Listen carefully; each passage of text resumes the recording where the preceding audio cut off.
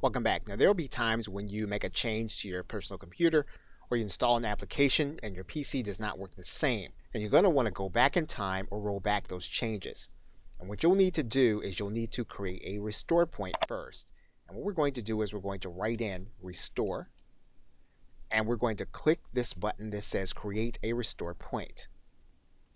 Now, before we do that, you're going to want to check your system restore to make sure that you don't already have restore points in place. So we're going to click this button that says system restore. And you'll notice then that you already have a restore point.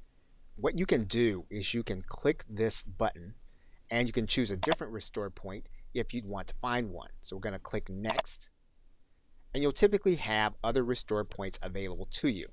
If you want to be shown more restore points, you can click the button.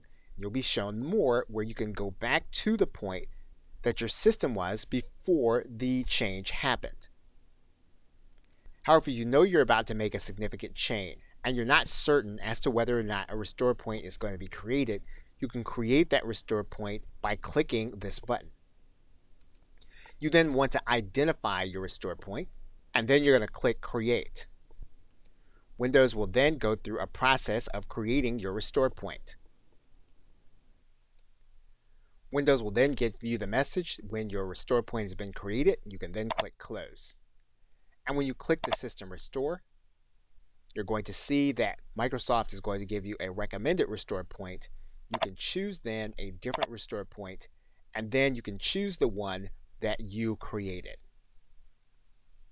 Okay, so with that, thanks, and I will see you in another video.